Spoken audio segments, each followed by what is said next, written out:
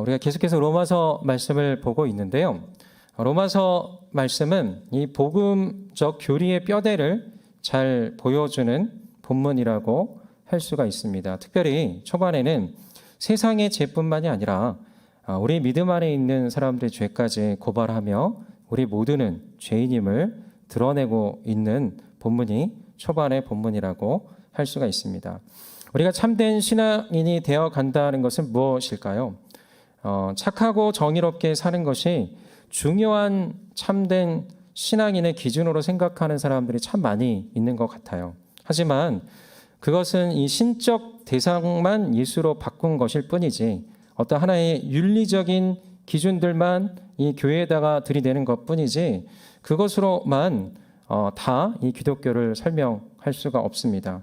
다른 종교들과 기독교가 그다지 구별이 되지 않는 것입니다. 그리고 이것은 결국은 행위의 종교로 전락해버리게 만드는 뿌리 깊은 생각이라고 할 수가 있습니다. 이 생각은요, 이 기독교를 착한 행실, 또 남을 돕고 사는 것, 그리고 정의로움에만 가둬두면서 진짜 복음, 참된 복음을 만나기 어렵게 하는 생각이 바로 이와 같은 생각일 수 있습니다.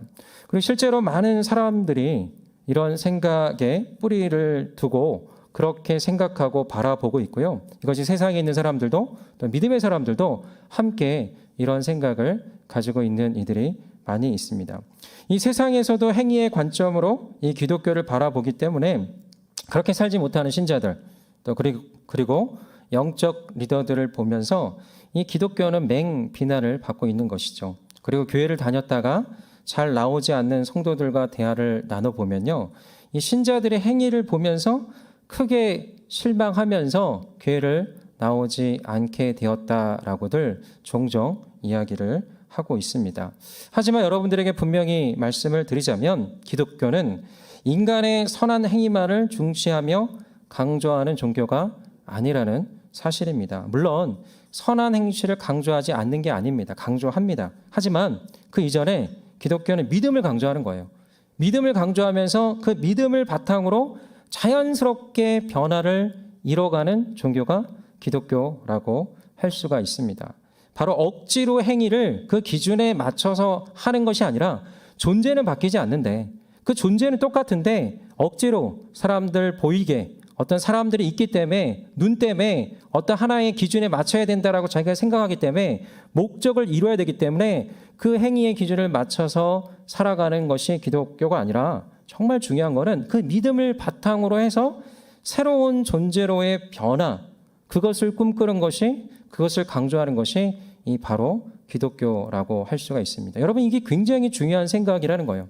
우리의 마음 가운데, 생각 가운데 어떤 행위를 지키냐 안 지키냐로 그 사람을 믿느냐 안 믿느냐, 신자냐 아니냐 이렇게 바라보는 것이 아니라 정말 그걸로 그 중요한 기준으로 기독교를 바라보는 것이 아니라 존재가 변하고 있는가, 존재가 달라지고 있는가, 그것이 바로 참된 신앙인의 기준이자 참된 신앙인의 방향성이라는 것입니다. 그러나 그 전에 우리가 반드시 거쳐야 할 것이 있습니다. 그것은 뭐냐면 자신의 죄가 무엇인지를 발견하고요. 또 죄를 죄로 인정하는 것이 매우 중요하다라는 사실입니다. 죄를 죄로 인정하면서 그 죄의 문제를 해결하기 위해 죽기까지 사랑하신 예수님의 사랑을 깨닫고 감사하면서 그분께 기꺼이 순종하기 위해 죄와 처절하게 싸우고 부딪히는 것이 바로 기독교라는 거예요. 그 하나님의 사랑을 깨닫고 하나님의 사랑이 얼마나 놀라운지, 나를 위해 죽기까지 사랑하신 십자가의 능력이 얼마나 큰지, 얼마나 위대한지를 내 마음 가운데, 내 영 가운데, 나의 모든 것 가운데 열려서 그것을 깨닫게 되면 우리는 자연스러운 변화의 꿈틀거림이 우리 가운데 있게 되는 것이죠. 그래서 우리는 내 마음 가운데 어떤 마음이 생기냐면 감사하는 마음, 무엇인가 그분을 위하여 드려야겠다라는 그 생각으로 자연스럽게 그분이 가장 나에게 원하는 것은 무엇이냐, 내가 가지고 있는 이 죄를 내버려 두는 것이 아니라 발버둥 치면서 싸우기를 바라고 그 존재를 바꾸며 그 존재를 새롭게 하면서 그것을 이겨나가기를 바라시는 것이 하나님의 본심과 그 마음이라는 것이죠. 그것이 바로 기독교라는 사실입니다. 그리고 혼자 자신의 의지로 싸우는 걸 넘어서서 우리에게 누가 있습니까? 이 순간 가운데 함께 하시는 하나님, 또 우리의 심령 가운데 함께 하시는 하나님, 이 시대 가운데, 우리의 현존 가운데, 우리 실존 가운데, 삶의 일상 가운데 함께 하시는 분이 누구시죠? 성령 하나님이시죠. 누구라고요? 여러분 인정하시길 바랍니다. 드러내시길 바랍니다. 표현하시길 바랍니다. 누구라고요? 성령 하나님. 이렇게 인정하고 드러낼 때 그분은 기뻐하세요. 여러분이 그분을 실제로 받아들일 때 그분은 기뻐하시고 더 여러분들 가운데 여러분들의 내면을, 여러분의 마음을, 여러분의 모든 삶의 영역들을 새롭게 하시는 분이시라는 거죠. 바로 성령님이 나의 존재를, 나의 내면을, 나의 모든 것들을 바꾸신다라는 그 믿음을 가지고 나아가는 것이 기독교라는 사실입니다. 우리가 남을 정죄하고 남을 비난하고 남을 판단하는 이유 가운데 핵심은 뭐냐면 저 사람은 바뀌지 않아. 저 사람은 늘 똑같을 거야 라는 그 생각이 내 안에 뿌리 깊게 있어요. 그것이 있기 때문에 계속 그 사람의 모습으로 나와 관계를 맺을 것 같아서 나는 불안한 것이고요. 그 사람이 미운 것이고요. 그 사람하고의 더 이상의 관계의 변화와 발전에 기대를 할 수 없는 거예요. 하지만 복음적인 생각이란 건 무엇입니까? 저 사람도 달라질 수 있어. 저 사람도 변화될 수 있어. 저 사람에게도 누가 역사하시면? 누구죠? 성령님. 따라하면 성령님. 예. 성령님이 역사하시면 저 사람도 새롭게 하실 수 있을 거다라는 그 믿음이 우리 가운데 생기면서 자연스럽게 하나님이 역사하실 수 있는 그 일들이 일어나게 되는 것입니다. 여러분, 하나님을, 성령님을 인정하지 않으면요, 그 한 사람의 변화의 가능성은, 그 확률은 그만큼 줄어들게 되는 겁니다. 여러분, 누군가에게 변화를 일으키는 것은 누군가의 기도예요. 누군가의 변화와 누군가의 새롭게 하심은 그 주변에 있는 영적인 존재를 통해서 하나님께서 만져가시는 거예요. 그 영적인 존재가 누구겠습니까? 만약에 유일하게 여러분 한 분이라면 여러분이 믿음을 가지고 그 사람을 대할 때, 그 사람을 위해서 기도할 때 그 사람에게는 놀라운 변화의 능력이, 변화의 역사가 함께 할 것입니다. 저는 제가 이 말씀을 드리는 건 뭐냐면 계속해서 그런 일들이 일어나고 있어요. 제 삶에 또 기도 가운데, 사역 가운데 하나하나 표현하기가 어렵게 계속해서 한 주 한 주 한 사람 한 사람의 심령이 만져지면서 변화되면서 놀라운 주님을 바라보고 주님을 순종하는 그런 일들이 계속해서 일어나고 있습니다. 왜요? 저는 다른 게 아니에요. 그 성령님을 인정하고 성령님을 드러내고 성령님을 자랑하니까 자연스럽게 성령님이 한 분 한 분의 마음을 만지시고 새롭게 하여 주시면서 변화를 이끌어 가시는 그것을 계속해서 경험하고 보고 있다라는 것입니다. 여러분, 오늘 이 시간에도 뭔지는 모르지만 이 예배를 통해서, 말씀을 통해서 여러분 안에 믿음이 들어갈 것이라 믿습니다. 여러분 안에 성령님에 대해 더욱더 인정하게 되는 그 역사가 있게 될 것이라 믿습니다. 여러분, 우리가 그 지점에서부터 존재의 변화를 겪을 수 있다는 것입니다. 하지만요, 정말 많은 교회들과 성도님들은 이러한 복음적 진리를 잘 알지 못해서, 특별히 정말 중요한 죄의 본질과 실체를 보지 못하고 잘 다루지 못해서 옛날이나 지금이나 별반 다르지 않는 모습으로 살아가고 있다는 것입니다. 그렇기 때문에 내가 달라지지 않기 때문에, 내가 변화가 없는 그 모습으로 일상을 살아가고 있기 때문에 저 사람도 마찬가지일 거야. 또 우리 교회도, 우리의 사역도, 우리의 모든 공동체도 마찬가지일 거라는 하나님의 생각이 아닌, 복음의 생각이 아닌, 진정한 하나님의 사람들이 이 세상을 변화시켜 나가고 하나님의 뜻을 이뤄나가기 위해서 필요한 생각이 아닌 세상이 주는 생각으로 우리는 끊임없이 살아가며 그렇게 신앙생활을 해나가는 우리의 모습이 알게 모르게 뿌리 깊게 있다라는 것입니다. 그래서요, 좀 불편하지만 끊임없이 죄를 드러내는 최근의 로마서 말씀인 거예요. 이 말씀이 끊임없이 우리가 뭔가 문제가 있다라는 거죠. 아직도 달라질 게 있다라는 거죠. 아니, 달라질 게 너무 많이 있다라는 거예요. 계속해서 말씀하시고 계속해서 드러내면서 이것을 통해서 하나님은 무엇이냐면 너희가 정말 변화된 존재, 어떤 행동을 지켜내는 존재가 아니라 너의 내면으로부터, 존재로부터 새롭게 되는 것들을 하나님은 꿈꾸시면서 이 말씀을 우리의 예배를 통해서, 공동체를 통해서, 온누리 교회를 통해서 여러분들 가운데 전하고 있다라는 사실입니다. 저는 이 로마서 말씀이 여러분에게 삶의 변화를 이끌어내는 시금석이 되기를 간절히 소망합니다. 여러분 로마서 초반부터 오늘 본문까지 모든 인간의 죄를 드러내는 작업을 하고 있습니다. 오늘 말씀도 초반부터 아주 강력하게 딱 정리하면서 선언하고 있는데 우리 9절, 10절 말씀 함께 읽도록 하겠습니다. 시작.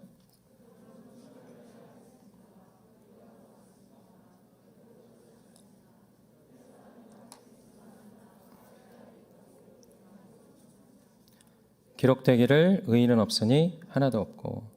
여러분 바울은 이렇게 이야기하고 있습니다. 우리가 더 낫습니까? 결코 그렇지 않습니다. 모두가 다 제 아래 있다고 선언했다고 나옵니다. 여러분 이 우리라는 것은 바울과 로마 교회 성도들을 말하고요. 더 나아가서 모든 성도들을 대상으로 말하고 있습니다. 한마디로 이 성도들이 세상보다 더 낫지 않다라는 것이죠. 모든 이들이 죄 아래, 죄의 권세 아래 있다고 이 10절 말씀을 보면 그렇게 말하고 있고요. 의인은 한 명도 없다라고, 하나도 없다라고 그렇게 이 말씀을 통해서 선언하고 있습니다. 아니 하나님, 우리가 그렇게 믿고 하나님을 따르고 열심히 찬양하고 열심히 신앙생활도 하고 헌금도 내고 예배도 잘 드리고 어떤 분들은 리더로도 섬기며 때로는 사역도 선교도 나갔는데 우리가 그래도 세상보다는 조금 더 나은 거 아닙니까? 라고 생각할 수도 있습니다. 하지만요, 하나님은 그런 생각부터 과감하게 깨신다는 거죠. 우리가 만약에 그런 생각을 했다면 그 생각에 뿌리 깊게 이렇게 행위 중심적으로 생각했던 우리의 모습이 있다는 거죠. 우리에게는 행위로는 그 누구도 의인이 될 수 없다. 다 죄인이다라고 선언하고 있는 말씀이 바로 오늘 말씀이라는 것이죠. 에이 하나님, 그래도 저만큼은, 그래도 조금 나은 저만큼은 껴주시죠. 이런 말이 통하지 않는다라는 것이죠. 그래도 조금 더 열심히 섬기는 주를 위해 삶을 내어던진 우리 강정모 목사님이나 아니면 이런 분들만큼은 아닐까요?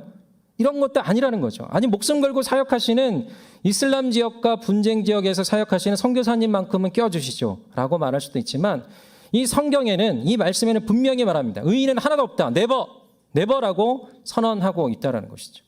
의인이 우리의 인간의 행위로는, 우리의 본질로는, 우리의 기본적인 속성으로는 그 누구도 될 수 없다라고, 그 누구도 가능하지 않다라고 오늘 말씀은 분명하게 말을 하고 있다는 것입니다. 여러분 이 인식이 우리 가운데 매우 중요한 인식입니다. 그것은 의인은 행위로 될 수 없다라고 분명하게 선언하고 있는 것입니다. 여러분 인간은요, 죄를 지었기 때문에 죄인이 아니라 죄인이기 때문에 죄를 짓는 거예요. 우리가 예수님의 보혈의 능력으로 의인이 되었지만, 예수님 때문에 되었지만 우리는 본질상 육신에 갇혀있는, 이 땅에 갇혀있는 이 본질상 우리는 어찌할 수 없는 어떤 한계 상황에 다다르거나 어떤 상황이 벌어지면 나도 모르게 슬금슬금 죄로 향하고 세상으로 향하고 성공을 하고 이 땅의 가치를 향하며 나아가는, 분열로 나아가는 그 죄의 싹과 죄의 뿌리와 죄의 것들이 너무나 많이 있는 것이 우리의 모습이라고 할 수가 있습니다. 여러분 아무리 고결한 성자와 같은 삶이라도 그 모든 인간은 죄를 지을 수밖에 없고요. 죄의 권세 아래 놓여 있게 되는 것입니다. 여러분 불교계에서 잘 아는, 여러분들이 들었을 수도 있는데 성철 스님이라는 분이 있잖아요. 불교계에서는 가장 최고의 열반의 경지에 도달은 성자와 같은 사람으로 추앙받는 사람입니다. 그분이 초인적인 극기 수행을 통해서 큰 깨달음을 얻어서 성불의 경지에 이르렀다라는 분이십니다. 근데요, 그분이 마지막 유언에 이렇게 말하고 있습니다. 내 죄는 산보다 높고 바다보다 깊은데 내 어찌 감당하랴. 내가 80년 동안 포교한 것이 헛것이로다. 우리에게는 구원이 없다. 죄값을 해결할 자가 없기 때문이다. 그분의 딸이 있었는데요. 딸 피리라는 분하고 54년을 단절하고 살았는데 이 죽을 임종시에 찾게 되었다라는 거예요. 그 딸에게 이렇게 말을 합니다. 피리야, 내가 잘못했다. 내 인생을 잘못 선택했다. 나는 지옥에 간다. 라고 그렇게 마지막 유언을 남겼다라고 합니다. 그렇게 수행을 하고 불교에서 말하는 초성자급의 열반의 경지에 이르렀다는 성철 스님도 마지막에 느끼는 건 엄청난 죄의식이었고요. 죄의 권세 아래 놓여있는 한낱 인간임을 여실히 보여주고 있는 내용이라고 할 수가 있습니다. 여러분 이 믿음 안에 있는 사람들도요, 죄와 싸우지만 싸우기 위하여 여러 가지 금식도 하고 또 하나님을 위해서 많은 죄와 싸우기 위하여 노력하지만 그것이 잘 되지 않는다라고 고백을 합니다. 어떤 목사님은요, 정말 죄와 싸우기 위해서 40일 동안 금식 기도를 했다라고 합니다. 근데요, 40일 금식 기도가 끝나자마자 길을 걸어가는데 어떤 짧은 치마 입은 자매를 봤는데 나중에 그 자매의 하얀 다리가 이 머릿속에 계속 떠올라서 떠나가지 않아서 이 40일 금식도 참 허무했다라는 고백을 하기도 했었습니다. 여러분, 우리가 잘 아는 3대 그 죄의 속성이 무엇입니까? 그것은 뭐냐면요, 끊임없이 비교하고 판단하고 정죄하는 거예요. 우리의 생각 가운데 우리가 남들 눈에 띄지 않는 죄, 눈에 드러난 죄가 아니라 뭐 거짓말하고 눈에 드러난 이런 죄가 아니라 남들 눈에 잘 띄지 않는 죄가 끊임없이 우리는 비교하고 있습니다. 여러분, 이 순간에도 여러분들 서로의 모습을 보면서 비교하는 그 생각이 있습니다. 우리 어떤 성도님이 고백하기를 자기의 어떤 시각, 안목의 정욕에 대해서 이야기하면서 비교하는 거에 대해서 이야기하면서 예전에 예배 가운데 집중하지 않을 때 우리 여자분들은 저 뒤에 앉아서 앞에서 쭉쭉쭉 들어오는 사람들의 모든 패션을 지켜보면서 이 패션이 이 패션보다 나아. 저 사람이 좀 이건 이렇게 안 했으면 좋겠어. 저거 괜찮네 하면서 그런 생각으로 가득 찬 예배를 드렸었다라고 합니다. 우리 남자분들은 어떻습니까? 앞에서 찬양하는 싱어들, 또 찬양하는 사람들, 아니면 주변에 있는 사람들 보면서 이것만을 생각하고 있을 수도 있어요. 예쁘냐, 예쁘지 않냐. 이것이 우리의 어떤 속내와 이 마음과 모습일 수도 있다라는 거예요. 이게 비교하고 있다라는 거예요. 끊임없이. 인간적인 눈과 이 세상의 눈과 관점을 가지고 사람을 보면서 세상의 기준으로 보고 판단하고 그에 따라서 정죄하면서 또 함께 같이 할 사람, 따로 할 사람 구분하면서 이렇게 하는 것이 우리네 실제적인 속내라는 거죠. 사람들 같이 모이면요, 하는 말이 주로 무엇입니까? 어떤 거대 담론? 나라에 대한? 지금 대통령에 대한 이런 얘기를 합니까? 그거보다는 주로 누구에 대한 거죠? 뭐죠? 어떤 하나의 사물과 내용이라기보다 사람에 대한 이야기를 합니다. 사람에 대한 이야기를 하다 보면 결국에는 비교하고 판단하고 정죄하는 내용으로 가게 되고요. 그 이야기를 하지 않으려고 작정하면요, 어찌 보면 이 대화에는, 만남에는 재미가 없을 수도 있어요. 무거운 침묵만이 흐를 수도 있어요. 왜냐하면 대화의 거리가 그렇게 이야기를 해보지 않았기 때문에. 그것이 우리네 삶의 실제적인 삶의 방식이자 대화의 방식이자 우리가 함께 나도 모르게 알게 모르게 하고 있는 죄의 모습일 수 있다는 것이죠. 여러분, 오늘 이 말씀을 통해서요, 분명하게 이야기하고 있는 건 무엇이냐면 우리는 모두 다 죄인임을 인정하는 것이 너무나 중요하다라고 다시 한번 말씀을 하고 있습니다. 중요한 거는 의인이 있다 없다? 없다. 나만큼은 그래도 괜찮은데 이게 아니라 모두가 다 죄인이다. 중요한 건 무엇이죠? 그래서 누가 필요한 거죠? 예수 그리스도의 보혈의 능력이 필요하다. 그래서 무엇인 거죠? 예수님만이 길이요, 진리요, 생명임을 고백하게 되는 거예요. 우리의 인생의 모든 것들을 다 제거하고 제거하고 정말 중요한 것만 뽑으라고 하면 이게 남는 거예요. 우리가 왜 죄인임을 고백해야 되는가? 우리가 다음 주에도 얘기하지만 우리가 끊임없이 또 얘기하지만 다시 한번 죄인임을 고백할 때 이 죄를 해결할 수 있고 죄를 극복할 수 있고 죄를 다룰 수 있는 건 다른 것이 아니라 예수님의 보혈밖에 없다라는 거죠. 십자가의 능력밖에 없다라는 것이죠. 이 시간 다시 한번 여러분들이 죄를 깨닫게 될 때, 죄를 이 말씀을 통해서 발견하게 될 때 다시 한번 예수님의 보혈의 능력 가운데 길과 진리와 생명 되신 예수님 가운데 나아가시는 우리 모든 성도님들 되시기를 간절히 소망합니다.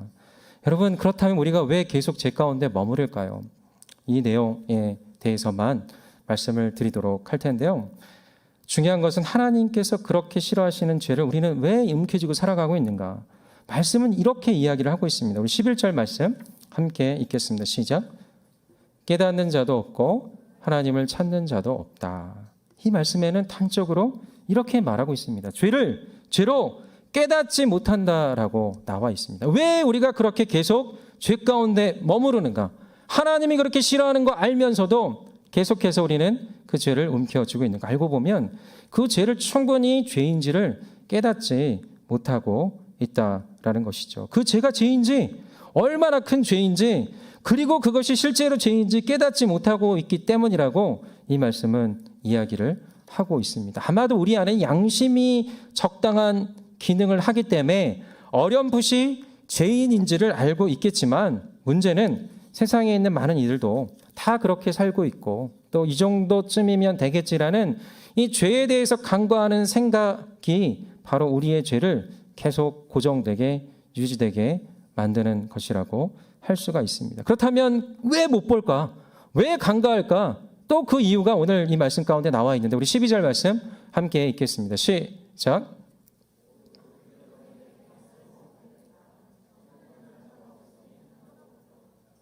네. 이 말씀이 곁길로 행해라고 되어 있는데요. 또 다 치우쳐 함께 모익하고 게 되고 선을 행하는 자가 하나도 없도다라고 되어 있어요. 치우쳐서라고 또 말씀 가운데 나와 있는데요. 여러분 다른 게 아니라 치우쳤다라는 거예요. 이 치우쳤다라는 이 말씀을 통해서 저는 깜짝 놀랐어요. 우리가 너무나 인간의 속을 잘 알고 있다라는 거죠. 우리가 왜 죄를 짓고 있는지, 왜 죄를 고집하고 있는지를 하나님은 분명하게 치우쳤다라는 이 말씀 하나로 우리 가운데 이유를 설명하고 있습니다. 이 치우쳤다라는 건 뭐냐면 우리가 어디에 속해야 되냐면 하나님 편과 말씀 편에 속해야 하는데 그것이 우리의 길인데 그것이 아니라 우리는 어디에 속한 거죠? 세상 편에, 또 사단의 편에, 또 나의 이기적인 욕구 편에 치우쳐서 그쪽에 치우치다 보면 죄가 죄로 안 보이는 거예요. 특별히 문제가 있다라고 느껴지지 않는 거예요. 내 마음이 아직도 하나님 편에, 말씀 편에 분명히 내 소속을 밝히거나 소속을 속하거나 그러지 않고 여전히 내 마음은요 나의 것이 많고 여전히 내 마음은 세상적인 이쪽에 속해 있기 때문에 죄가 죄로 보여지지 않는다라는 거죠. 여러분이 정치적인 성향에 있어서도 저도 이제 느꼈는데 제가 예전에 한쪽에 조금 치우쳐 있었던 때가 있었어요. 근데 어떤 사건과 계기를 통해서 그쪽에 속해 있는 사람들이 좀 거짓말하고 믿지 못하는 행동들을 하면서 약간 좀 거리를 두고 보기 시작했어요. 그러다 보니까 얼마나 많은 잘못과 문제가 있는지가 보여지기 시작하더라고요. 더 눈에 확 띄면서 그때부터 어떤 한쪽에 치우치기보다 정말 성경적 기준, 또 하나님의 기준을 통해서 좌와 우에 대한 이 부분들을 판별하려고 노력을 하고 있습니다. 여러분 치우쳐 있으면요 우리 눈이 가려지게 마련입니다. 마음이 가기 때문에 그 잘못이, 그 죄가 보이지 않는다는 거죠. 자기 편의 소리만을 듣게 되고 반대편의 소리에는 귀를 막게 되는 것이죠. 어디 정치뿐이겠습니까, 여러분? 여러분의 가족도, 여러분의 소속된 집단과 사상도 다 마찬가지라는 거예요. 내가 너무 한쪽에 치우치다 보면 반대쪽의 소리에 귀를 막고 또 내부의 좋은 이야기만 듣다가 결국엔 부패와 부정, 또 어떤 문제들이 쌓여만 가다가 이 썩을 대로 썩다가 언젠가는 뻥 하고 폭탄처럼 터지게 된다라는 것입니다. 여러분 우리는 균형을 잡아야 돼요. 중심을 잡아야 돼요. 어떤 균형과 어떤 중심입니까?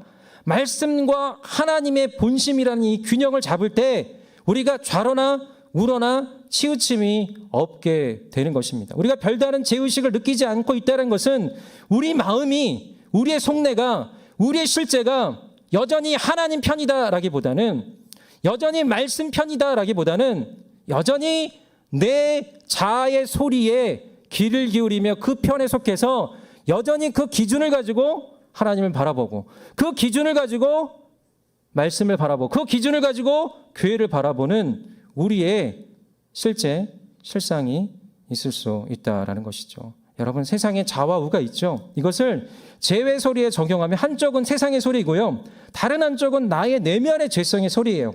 이 소리들이 끊임없이 나의 죄를 엄호하고 변화하고 있다는 거죠. 그리고 그것이 죄인지를 깨닫지 못하게 끊임없이 자리 잡고 있고 꽈리를 틀고 있는 것이 우리의 실제적인 내면의 실상일 수 있다는 것이죠. 저는 여러분들이 이 시간 다시 중심으로 돌아가기를 간절히 소망합니다. 다시 하나님 편에 속하기를 소망합니다. 다시 말씀 편에 속하기를 소망합니다. 여러분 그 말씀 속에 담겨있는 하나님의 본심을 우리가 분명하게 깨달을 때, 분명하게 느낄 때 거기서 내가 씨름하는 거죠. 그럼 나의 소리는 무엇인가? 나의 내면의 욕구와 나의 것들은 무엇인가? 그것들을 가지고 씨름하고 싸울 때 거기에서 이제 저는 하나님의 소리에 귀를 기울이겠습니다. 하나님 편에 서겠습니다. 하나님 편에 순종하겠습니다라고 한순간 한순간 고백하며 나아갈 때 우리는 자연스럽게 진정한 빛으로, 진정한 자유함으로, 진정한 변화의 능력으로 함께 나아갈 수가 있다라는 것입니다. 여러분, 왜 우리가 이 죄에 대한 깨달음이 필요할까요? 저도 그렇고 이 로마서 말씀도 그렇고 왜 그렇게 죄에 대한 이야기만 할까요? 그것은 뭐냐면 죄를 깨닫게 되면 우리는 자연스럽게 하나님을 찾게 됩니다.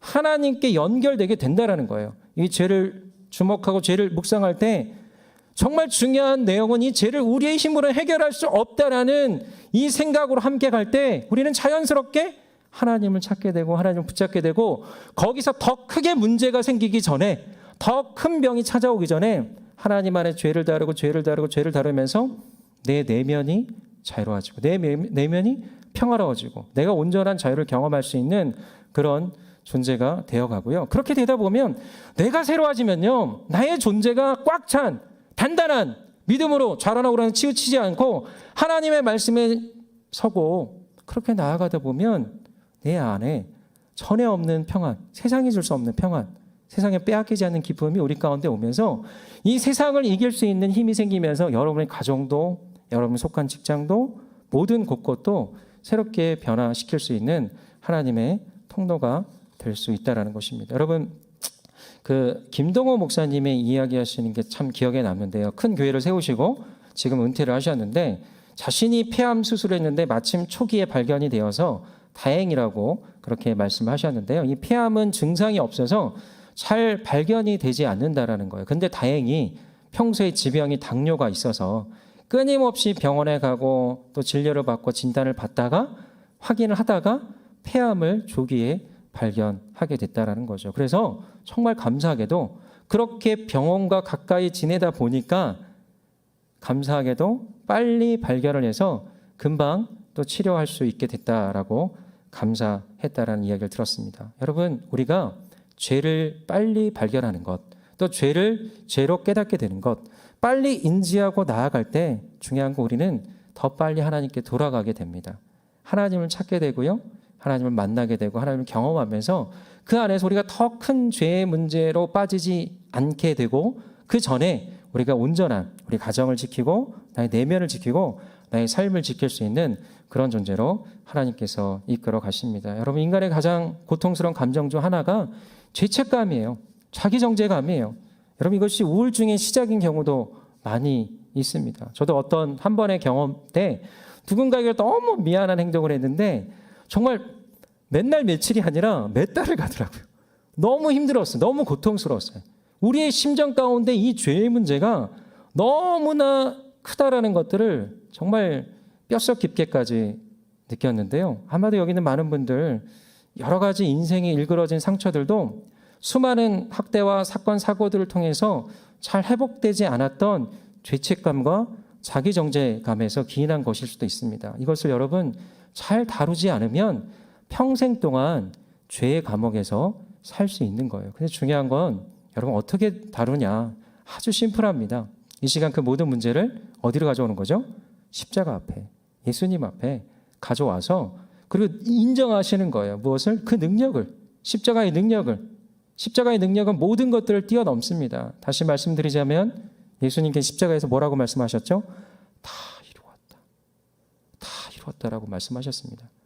내가 너희들의 그 모든 무고에, 모든 자기정죄감, 모든 세상의 고통, 세상의 아픔 내가 다 가져갈 것이다. 다 나에게 맡겨라 라고 말씀하신 것이 우리 예수 그리스도의 마지막 유언입니다. 저는 이 시간 여러분 이 말씀 속에서 끊임없이 우리 모두는 죄인이다. 의인은 하나도 없다. 또 마지막 19절 20절 말씀에 율법은 그 죄를 드러내는 것이다. 이 죄를 드러내면서 죄를 깨닫게 하는 것이다. 라고 말한 이 모든 내용들은요. 결국에는 우리가 어찌할 수 없는 심히 부패한 그런 죄인이다. 라는 것들을 인정할 때 우리는 끊임없이 아침부터 그 고백을 할 때요. 여러분 자기 정죄감에 빠지라는 것이 아니라 거기서 무엇으로 이어가라는 거죠? 하나님을 찾는 거예요. 하나님을 찾는 거. 이 말씀이 치우쳤다. 그리고 우리가 그 과정 가운데 하나님을 깨닫지 못하고 죄를 깨닫지 못한다. 그래서 하나님을 찾지 못한다라고 되어 있는데요. 바꿔서 하는 거죠. 죄를 깨달을 때 우리는 어떤 거죠? 하나님 찾는 거예요. 하나님 찾는 거예요. 저는 이 시간 다른 것이 아니라 친정으로 하나님을 찾는 분들이 되시길 소망합니다. 친정으로 하나님을 구하는 분들이 되시길 소망합니다. 여러분, 우리가 저 땅의 구원만을 위해서 살아가는 자들 아니잖아요. 이 땅에 실제적인 구원이 임합니다. 아주 작은 하나라도 여러분들을 바꾸시는 분이 우리 하나님이시라는 사실입니다. 여러분, 그럴 때 어떤 무거운 무게가 여러분 안에 있습니까? 무엇인지 저는 잘 모릅니다. 하지만 여러분들 다 알고 계실 거예요. 어떤 삶의 무게, 마음의 무게, 죄의 무게, 자기 정죄감의 무게, 누군가를 정죄하는 무게, 관계의 무게, 이 많은 것들을요, 그대로 덮어두지 마시고 그대로 끄집어 올려서 그것은 저의 죄입니다. 저의 어떤 어려움입니다. 상처입니다. 죄의 뿌리입니다. 그것들을 가지고 십자가 앞에 나아가시면서 십자가의 능력 가운데 온전히 다스림받고 또 깨끗이 씻음받고 또 여러분들 진정한 자유 가운데 새로워진 가운데 나아가시는 우리 모든 성도님들 되시기를 간절히 소망합니다. 여러분, 그렇게 될 거라 믿습니다. 그렇게 될 거라 믿습니다. 여러분 안에 무언가 하나라도 주님께 온전히 맡기시는 이 시간 되기를 소망합니다.